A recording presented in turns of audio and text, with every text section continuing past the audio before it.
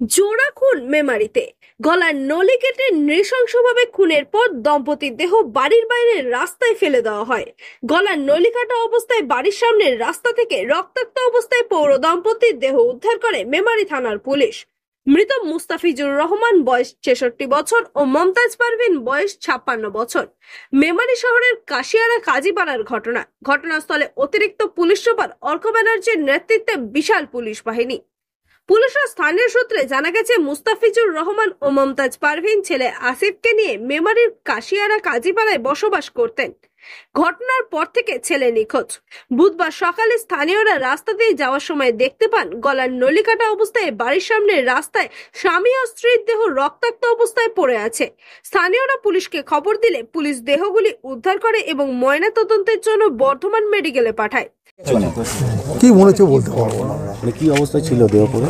এইখানে পড়েছিল রাস্তার উপরে। হ্যাঁ, রাস্তার উপরে দুজন পড়েছিল। এমনি কোথায় ইঞ্জুরি মার্কস, মানে আঘাতের চিহ্ন করেছে? এই জায়গাটা লেগেছিল, এইটা লেগেছিল, এখানটা লেগে টেনেছে তো, এখানটা লেগেছিল। গলা কি কাটা ছিল? কাটা ছিল না গলাটা, আমি দেখি দাদার শরীর দেখতে পাই না।